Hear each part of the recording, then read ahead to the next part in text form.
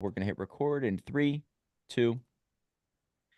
Welcome to another episode of Million Dollar Stories, where we get to interview authors from all over the world. I love talking to authors because they have the courage to take their thoughts, their stories, their lessons, put it down on a piece of paper, and share it with the many, ultimately changing their legacy, destiny, and the world around them.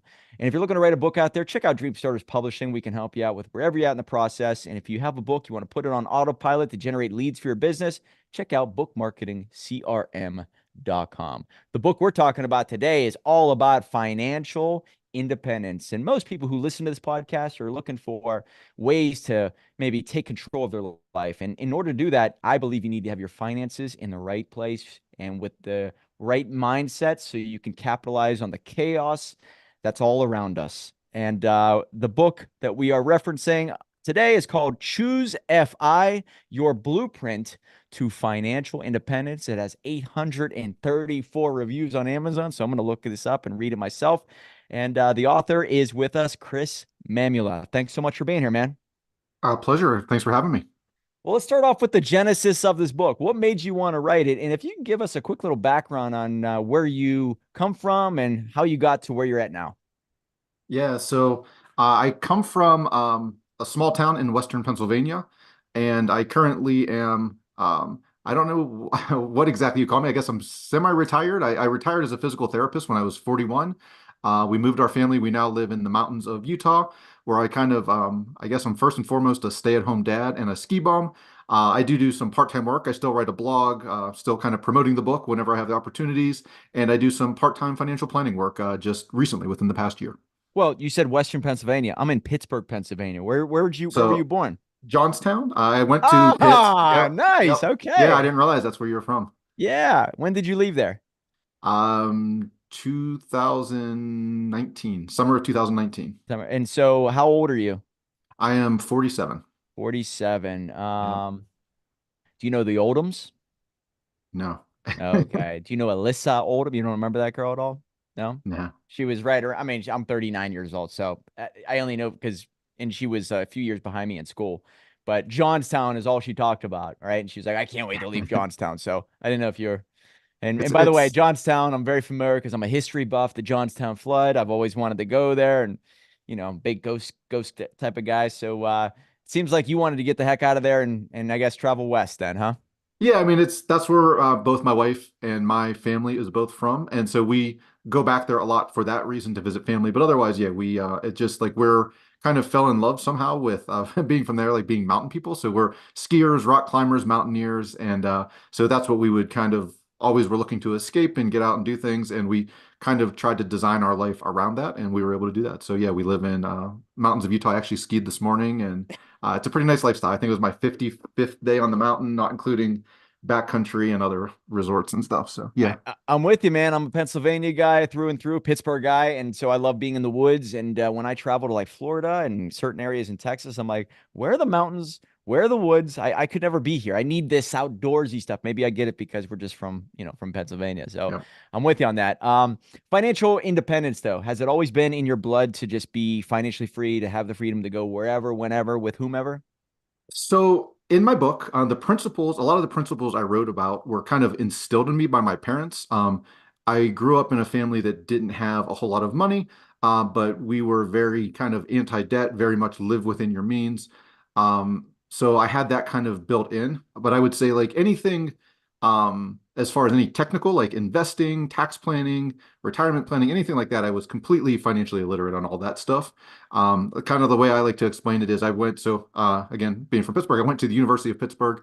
I was in school for 7 years learning how to make money, and I never learned one thing through um, from grade school through college that really stuck with me about how to do anything with your money to, invest it, grow it, protect it. What I did is I went to my parents again. I thought they were pretty good with their money. So I asked them what they were doing, if they were using a financial advisor. They were. And so that was the extent of my due diligence. I went with their guy. I never asked him a question. I did everything he said for like 10 years. My wife and I, being first generation college grads within our family, we made decent salaries and we kind of just never inflated our lifestyle too much. We lived kind of, again, like the kind of the term in the climbing community is like being a dirtbag or a ski bum.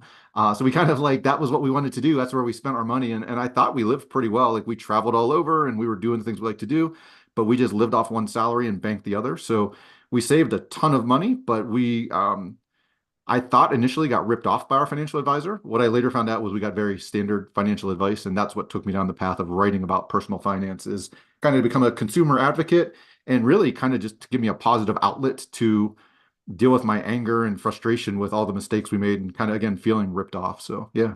Wow, what you're talking about kind of resonates with me whenever I realized everything I was taught in school was the wrong way to look at money. Rich Dad Poor Dad sits behind me because it opened my eyes to how the wealthy think. And is that basically what happened to you, where you realized that all the advice, all the lessons was actually poor financial literacy, and therefore you were not free, you were not happy, right? You were able to now take all of these bad advice you learned, realize that there is a better way, and then you became sort of the mentor to others, right? That you completed the hero's journey. You found something out that most people want to find, and therefore now it's up to you to provide those solutions to others. Is that right? Partially, yeah. So, I mean, I think like a lot of the habits that, so there's, it's called the FIRE, Financial Independence Retire Early, this community. And I found these FIRE bloggers. A lot of them were blogging anonymously with these kind of odd names like Mr. Money Mustache and the Mad Fientist were some of the big ones like at the time when I found them.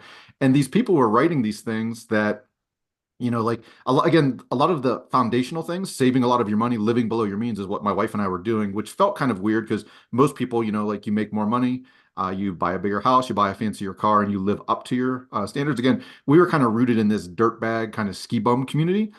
So we just kind of did the things we wanted, but we didn't feel the need to spend every last dollar to, show off our wealth or anything. So we were just saving aggressively. So we had that part right. But some of the investing and tax planning things, these bloggers, I mean, they made it sound so simple, and I was like, it can't be that easy. That can't be right. And so we started talking to like an accountant friend we had, and when she first looked at us, and she said like, "Where are you getting this stuff?" And I was like, "Is this illegal? Are we going to do like, are we doing something crazy?" She said, "No, it's really smart. It's just nobody thinks that way." And even like as an accountant, people went to her and just said, "Fill out our tax returns," but they didn't do a lot of planning. And so like this community really helped me, and that's kind of again another thing that kind of spurred me on to start writing, is to kind of just pay that forward and help other people. I love the quote that you started off the intro with, and it's the story you tell yourself becomes your reality. God, I mean, I think that's from one of the, you say Kellogg. I forget the name, but it's a Kellogg, and he's I an actually, alpinist. as I was writing the book, I was listening to this podcast, and I think he was a mountaineer that actually was killed in the mountains. But yeah, it was this quote that it just kind of resonated with me, and I love that quote. It's true. So no matter what, you're telling yourself a story that becomes your reality. So if you look at money a certain way, or if you look at debt a certain way, it becomes your reality. And so you have to reframe that if you want to become financially independent, in my opinion. You have a couple stages here. The first one is getting to zero. I like this. It sounds very much like a Dave Ramsey approach, right? Getting to zero. So tell me what getting to zero means. Yeah, so I mean, it can kind of mean different things to different people. But like when your net worth is zero, so like literally you're worthless as far as like from a financial standpoint, but it's totally not a worthless goal because most people, their paycheck comes in and they already have a car payment and it's going out. They have a rent or a mortgage payment, so that's going out. They have other debt, student loans, maybe consumer debt. And so a lot of their paycheck is spent for them. So if you can get to zero, whether that means debt free, except for a mortgage, maybe for a lot of people is a realistic goal, Yep. or no consumer debt at least, no any whether it means like your assets are equal to your liabilities, where you're at zero at least, but you're starting to get to that point where you can start to envision the life that you want to live going forward versus paying for past decisions. So yeah, I think that's a huge first step, and I think a lot of people it kind of feels hopeless because you're a lot of people are starting in debt and they're so far in the hole. But yeah, if you could at least just get to zero, that's a big first step, and it starts to give you power moving forward. It sounds like you never really hit this point, but I was $300,000 in personal debt. Okay, not business debt, 300,000 personal, and I was basically no job, trying to start a business, and it was scary as hell. But it fueled me to really take some big shots, right? Make some big moves, and I was able to pay off my debt. But getting back to zero, it felt so good. I felt like a free man. And so I'm liking this lesson.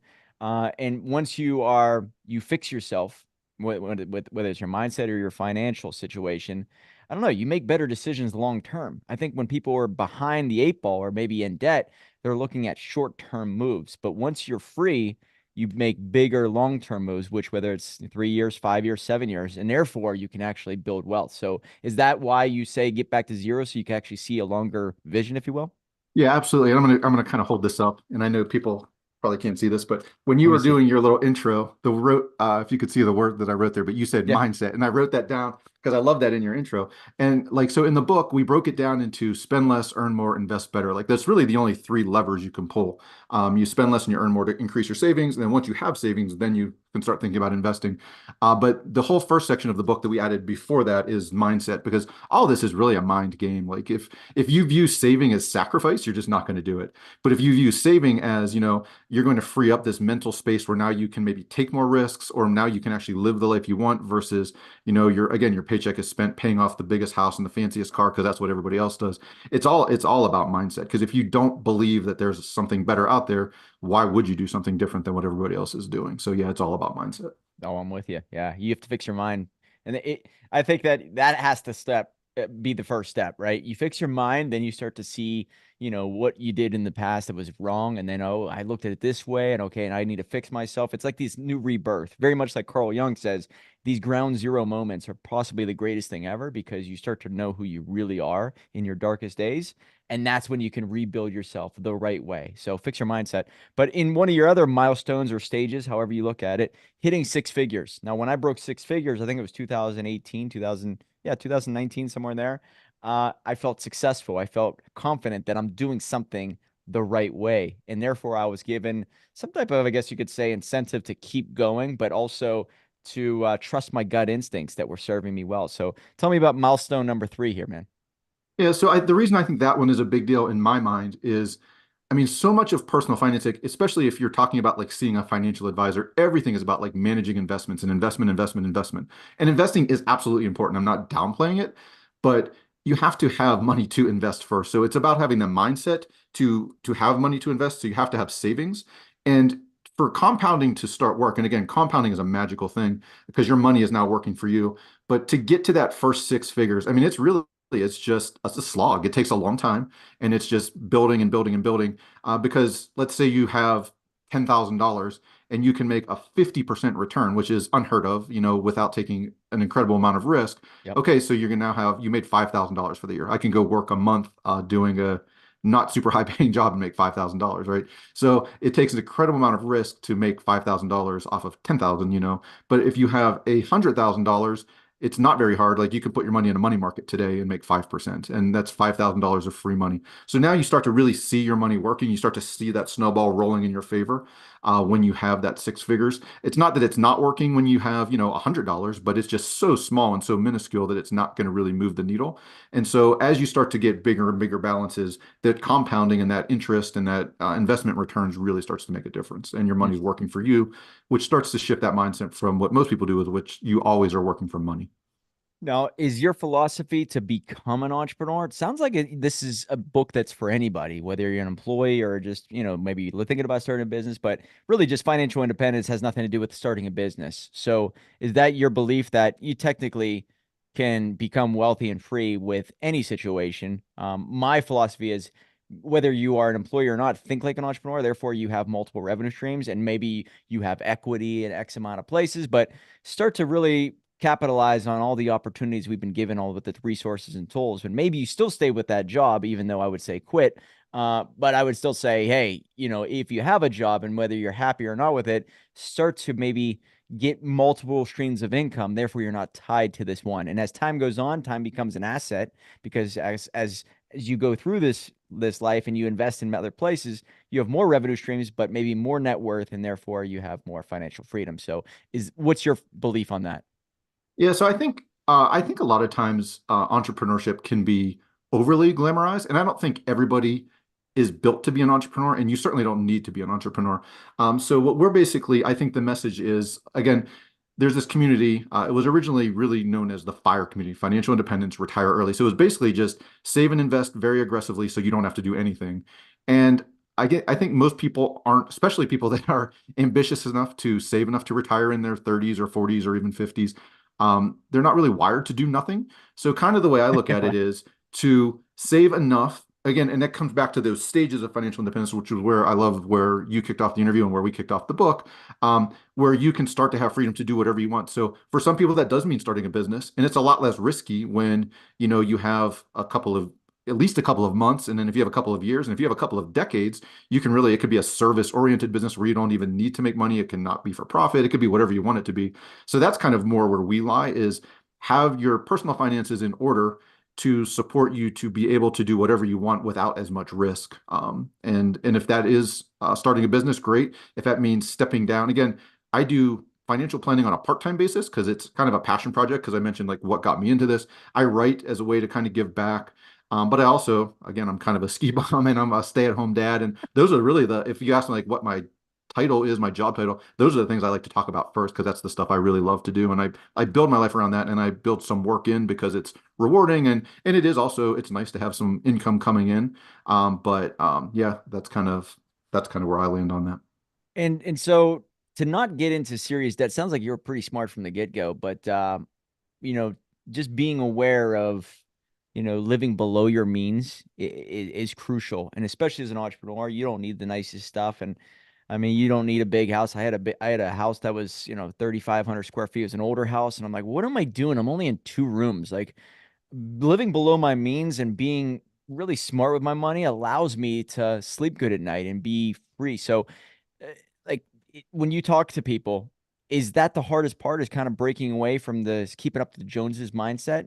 And financial independence is really based off of where you see yourself 5 years from now and doing these small incremental bite-sized chunk steps that will help you obtain that. And so you knew what you wanted. You wanted to be a ski guy, right? You wanted to be a dad, knowing what you want and not trying to impress anybody else to get there. That's really one of the hardest things to break in this social media friendly world, right? Yeah, I agree. And I think I was kind of lucky in excuse me, growing up in a time when there was no social media. Excuse me. So I think I was kind of lucky.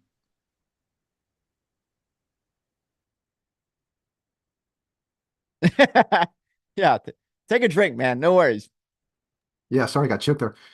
Yeah, I think I was kind of lucky. And why I kind of and my wife kind of fell into that, I honestly don't know. I think again, I came from a family where we didn't have a lot of money, but just kind of having that security and that confidence, and that was, I think, ingrained in me by my family to not follow kind of what the crowd does, and for whatever reason, we just kind of chose to go down that path. But yeah, again, it all comes down to mindset, and again, like I don't certainly judge people. Like I have very good friends who have a very nice house, and they love to entertain. They have people at their house all the time. To me, like that would be so stressful. I hate having people. Like I hate cleaning. I hate maintaining a property. So we have a very small, simple house because that fits us.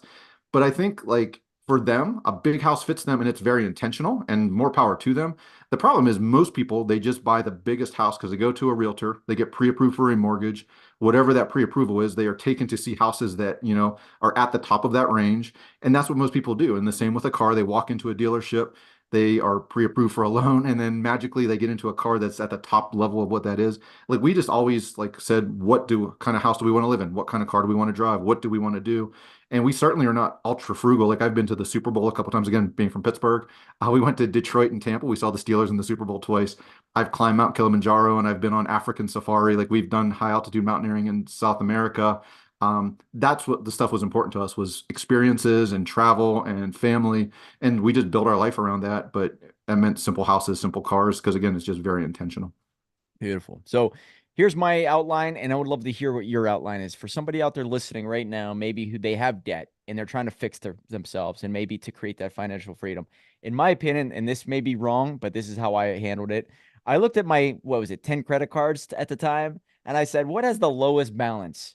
I forget about interest rates. I know this is probably the wrong way when it comes to Susie Orman and Dave Ramsey, but I look at this as a street fight and it's 10 against one. What balance that I can clear off in the next week or next month?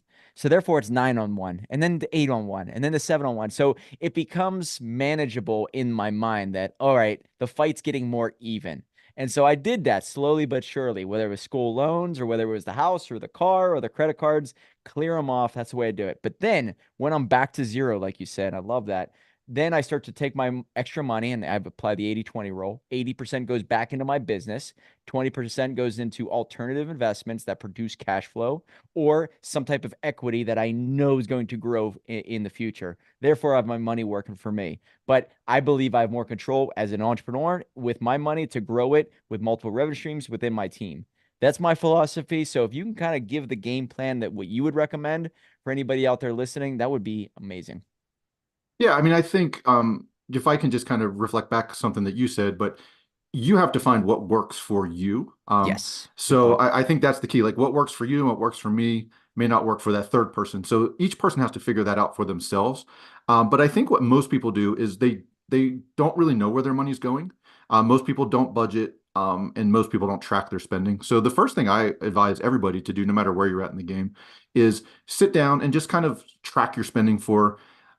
I mean, the minimum would be a month, but really like 3 to 6 months. So you're starting to see patterns and where money's going, and then you'll start to see things that come in, like maybe car insurance that only gets paid twice a year, or the vacations and things like that that don't happen all the time.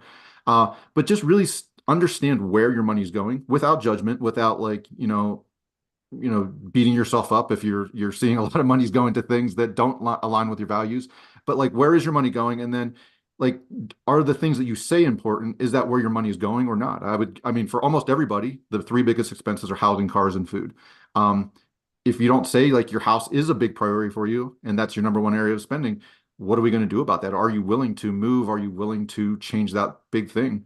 And then like what other things are you spending on? Do you have seven different cable subscriptions or streaming services or whatever? Like, is that's not what you say is important, but that's where, you have several $100s a month. Like, which things can we start paring down? And then what things are you saying are important? You say your kids are important. You say travel is important. Well, how much are you spending on those things? And how can we redirect money that's going to things that that aren't important but are getting your money to things that you say that are important that's going to actually add value to your life. And I think that's where most people should start.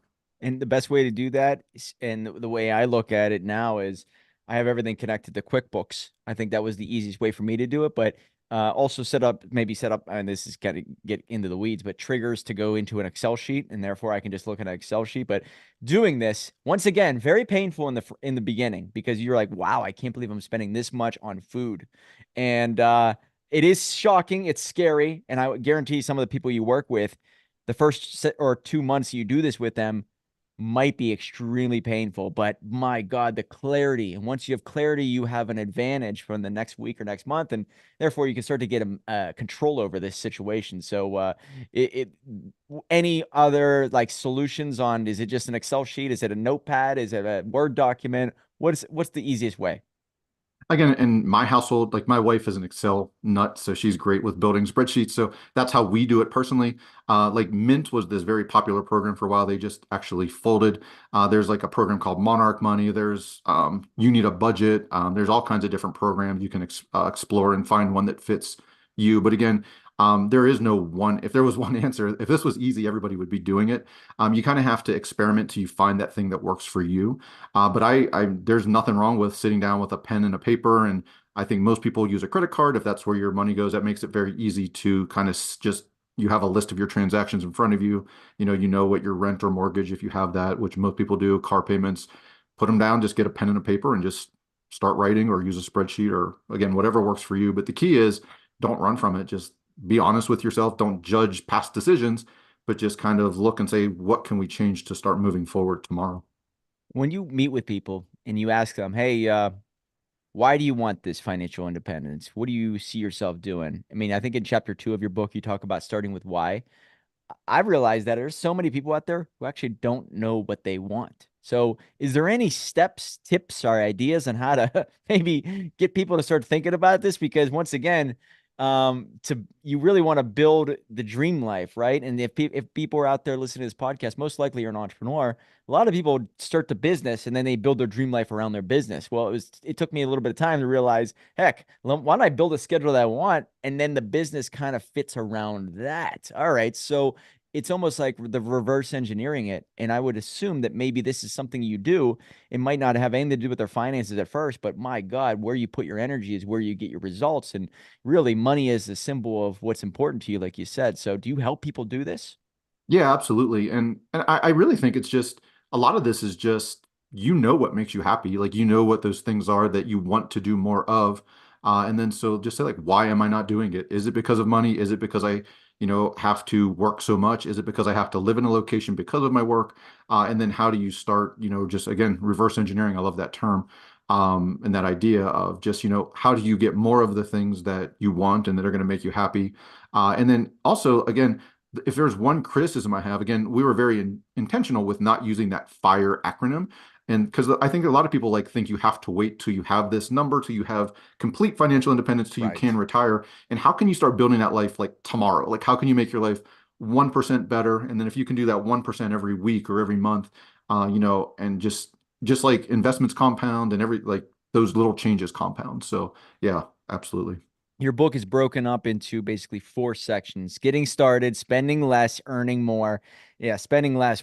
I think people automatically spend less once they have an idea of where it's going. So I think that's a huge tip, guys. If you're out there struggling, get an understanding of where your money's going. Earning more, whether it's a job or whether it's some type of business, obviously, huge point there. We could talk for hours about that. But the one I really want to focus on is investing better. So, what's your tips for that? What do you invest in? Obviously, this is not financial advice via podcast, but what do you recommend, or what are you doing specifically when it comes to the investment, and what's your strategy look like? Yeah, so in the book, we broke it down into what we call the simple path, the active path, and then the hybrid path. So the simple path is just using what most people think of as investments, stocks, bonds, but basically making it really simple, focusing on the things that you can control. So really low cost, really highly diversified, really tax efficient. So passive index funds and ETFs, and making it as simple as possible. And then just having really realistic expectations, knowing that, your returns are really out of your control. You're reliant on the market. And over time, you should probably expect to get about 8 to 10% a year. And so the key is you have to have a high savings rate if you want to achieve financial independence quickly doing that. But it's very reliable, and it's very passive on the investment part. But you do have to have a reasonably high savings rate if you want to achieve financial independence quickly with that. The other two paths, the hybrid path and the active path, means putting a lot more of your personal effort into it. So the active path is kind of what you talked about, starting your own small business.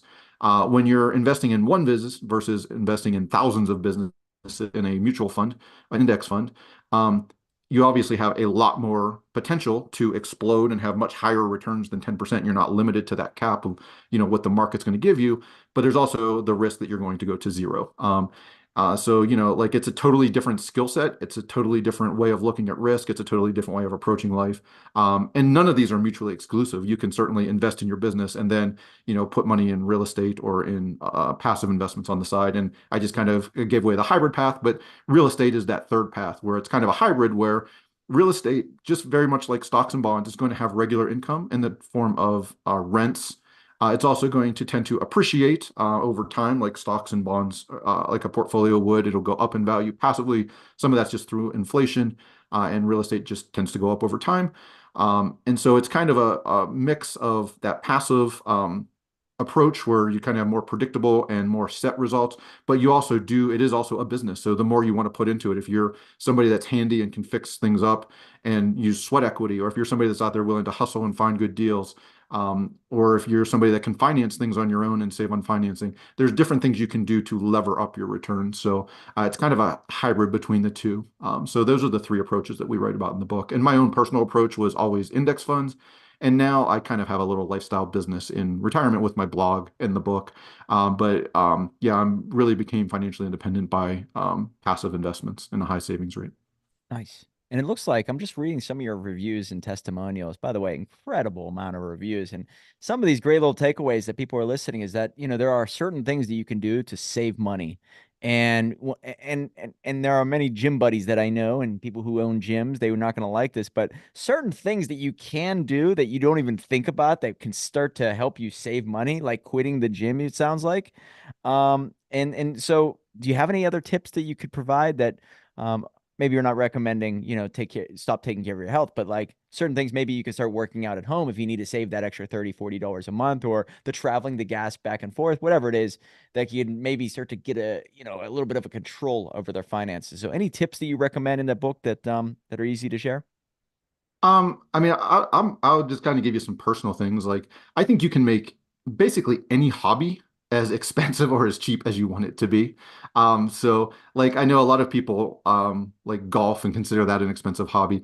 And like you can certainly like go to a different course every week and go to higher end courses and buy new clubs every year because you have to have the new driver or whatever. And the same thing could be said for skiing, like where you have to have the newest gear. Like that's kind of my thing. And I love skiing, but like I have the same pair of skis for several years and I tend to buy them at the end of the year on clearance. And I tend to buy a season pass at one resort versus spending.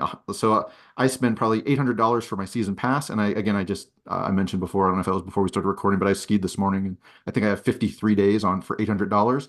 Or you can go to the resort where I go and it's $160 per day if you buy a 1 day pass. So like season passes or, like using your gear for a couple of years, stuff like that. So you can make things as expensive or as affordable as you want. So do you want to focus on having like the newest, fanciest gear and like going to the fanciest places? Or do you want to be out doing the thing you love all the time and, not relying on doing this one big trip a year? And if you have terrible weather or no snow when you get there, you're skiing in crud anyway. Or do you want to build your life around it? And you can do it a ton and you can do it for much cheaper. And it's kind of like just with anything, whatever your personal passion is, kind of figuring out how you can do it for less, and do it more enjoyably too. Man, it sounds like you really figured out your what really sets your soul on fire, and you just submerged your life in that, and nothing's gonna just pull you away from it. You know yourself, and whether it's the big house, the fancy cars, the luxurious trips, none of that really interests you as much as being able to do what you want when you want, such as ski and be with your family. So, man, there's so much power in that. And then you talk about with your, and this is a note from one of your readers, but how important it is to get your spouse on board. I don't know if that's referenced in your book, but it sounds like you and your wife are on the same page when it comes to financial independence. Both of you being very clear that you're going in the same direction, doing the same thing. So, is that talked about in your book, and anything you can recommend on that? Um, I mean, I really think it's just, I think a lot of times people talk about like money is the biggest stressor and it's the biggest cause of divorce. Um, and I think really it's not necessarily money, but it's just values. If you have the same values, and then your money is just a reflection of your values. So I think you have to Good have good point. communication and you have to share values and you have to be able to talk and get on the same page with things.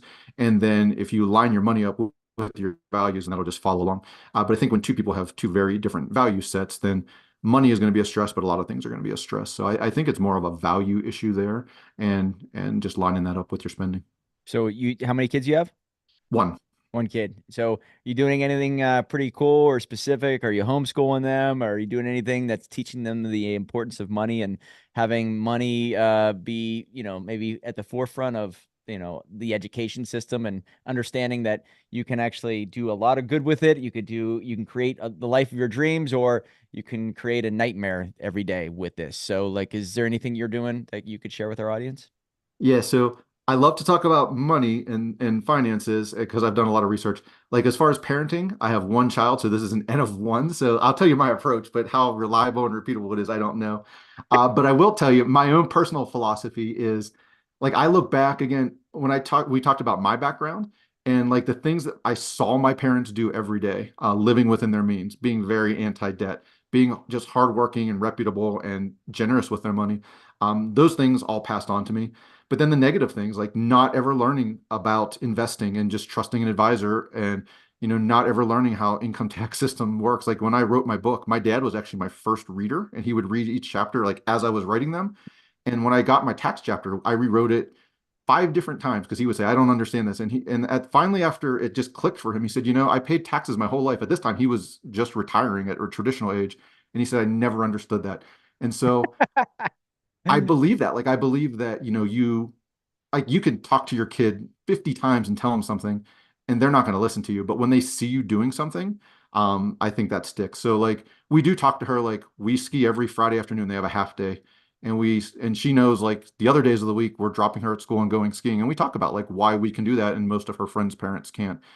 We just talk about like why we can travel and do the things that we do. And she has all these hobbies, and we're not shy about spending money for her to be able to do them. But we do talk about like why we can do that. And I think she picks up on that. But as far as like overtly teaching her things, not very much. I would say if I'm doing one thing, to try to teach her probability, I'm trying to teach her like blackjack and poker right now because she's very into like in math, like they're learning probability. I was like, well, how can we make this fun? So I'm teaching her like some games like that where it's part chance and part statistics and kind of because I think that's a big part of it being a good investor is understanding that some stuff you control and some stuff you don't. And it's great that you say that. And I don't have any kids, but from what I've heard, they don't do what you say, they do what you do, right? They're paying attention and therefore lessons are caught, not taught. And it seems like they're watching you. And so make sure to show them, hey, you really can build the life if as long as you do X, Y, and Z, but you're doing it through example rather than just by telling. So that's awesome, man. But you're a Pittsburgh guy, and you said you're all around Pittsburgh. Obviously, are you still a major Penguins guy? You have to be a Penguins fan still, right? Yeah, I mean, I would say the Pittsburgh sports teams are in a bear market if we want to like use like, You ain't uh, kidding. Oh my, and it doesn't look good for another couple of years still. no, like across the board, like the only thing that had me a little bit excited this year was Pitt basketball, and then they didn't even get into the tournament. So like, if that's the most excited you can get is to be like the Wait a 69th second. best Actually, team the or whatever. Buccos. I mean, it's still early, but I'm not a Pirates fan. I actually laugh at anybody who still is a Pirates fan. But my God, they're actually playing pretty well this year, right now, huh? We'll see how that lasts. It's They get to April as we're about recording game this. 30, Talk game to me in 40, and June. then Yes. shit hits the fan, right? Yes. Well, is there a website or any type of way to get in touch with you? It sounds like you do a lot of this work, maybe even part time. Maybe it's not your full thing. So, is there any way that they can get in contact with you outside of like maybe even your Facebook group? It seems like that's pretty big. So, So my personal home on the internet is called Can I Retire Yet? That's my personal blog. So you can find pretty much anything there that I do kind of linked out. The book is called Choose FI, Your Blueprint to Financial Independence. That's available for sale anywhere where books are sold. And then my new project, the thing that I'm really excited about right now, I do part-time work, just 10 hours a week for a company called Abundo Wealth. And it's a financial planning practice that just does, it's called advice only. So we try to be very low cost, try to eliminate a lot of the conflicts that kind of I had when I was working with an advisor. And then again, this is kind of my project, kind of throwing my weight behind this startup that I really believe in what they're doing, and it's really fun and exciting for me to do. And again, so I only do it 10 hours a week, but I also kind of help promote them when I'm out promoting other stuff, and I can help get the word out with stuff like this. So very excited about that right now. nice. And so, do you have a podcast? I'm just reading through some of your reviews, and it seems like So there's a podcast associated with the book. Is that right? yeah, so Choose FI is a podcast where they when they started, they were interviewing just people, kind of the early people in the fire movement, the people that I was reading. And so as I was getting ready to leave my career, I was a physical therapist when I was back in Pennsylvania, and I was getting ready to leave my career, and I found like again all these bloggers really helped me. And at the same time, I was kind of finding podcasts, and I got into Tim Ferriss at the time, Of course. and Yeah. he would interview people from like all walks of life who were really successful. And I was like, huh, that would be cool if I just talked to all these people from the fire community. And he had a book called Tools of Titans, Of course. which kind of then took all his interviews and put them into a book format. And so that was going to be my retirement project. And then so two guys started Choose FI, this podcast, and it was just starting to take off. And I was like, man, that's exactly what I wanted to do, and they're kind of doing it now. And so I don't really need to reinvent the wheel. So I reached out to them and I said, hey, what do you think about turning this into a book? And they said, your timing is amazing, because they were just starting to take off, and they were thinking like they're getting all these stories in random order, and they needed something more linear. So we teamed up on the thing. So it's their podcast. And then that was the basis of the book. A lot of the stories in the book I took and then distilled them down into principles that anybody could apply through. But I think people relate to stories, so they had some great stories. So it was a nice partnership in that way. Man, I've been doing this a long time. I just love when I read bios on Amazon that have personality. And the guys, just listen to this. In addition to writing, he now focuses on being a dedicated husband, stay-at-home dad, and dirtbag slash ski bum, right? I mean, I've heard that phrase a few times, but reading it in your bio, that's hilarious, man. Just so you know, keep that personality out there. Your personality creates your personal reality, and you find people who share that. And that's a Dr. Joe Dispenza quote, but you find people who can see through and say like, oh, that's a real person. That's awesome. So, guys, check out his book. It is all about financial independence. Choose FI, your blueprint to financial independence. And yeah, Pennsylvania guy, you got to support those Pittsburghers or even Johnstowners, and you obviously keeping the family as your first and foremost most important thing in your life. Obviously, skiing, being a dirtbag skier, secondary for sure. So that's great, man. Anything else, social media wise? Are you out there? Is there anything people can find you on, get in touch with you? No, I really try to stay off social media as much as I can. So yeah, I think the best place to connect with me is again through my personal blog, caniretireyet.com, or at Abundo Wealth is where I'm. That's the two places it's easiest to find me. Good stuff, guys. All right, so look up Chris Mamula. Thanks so much for being here, man. I really appreciate this. Thanks for having me. It was a pleasure, and that was pretty cool finding out you're a Pittsburgh guy. So that was fun. Yeah, I don't talk to too many. I got to say, it's awesome. So remember, guys, $1 million book will lead to $1 million life. Right on.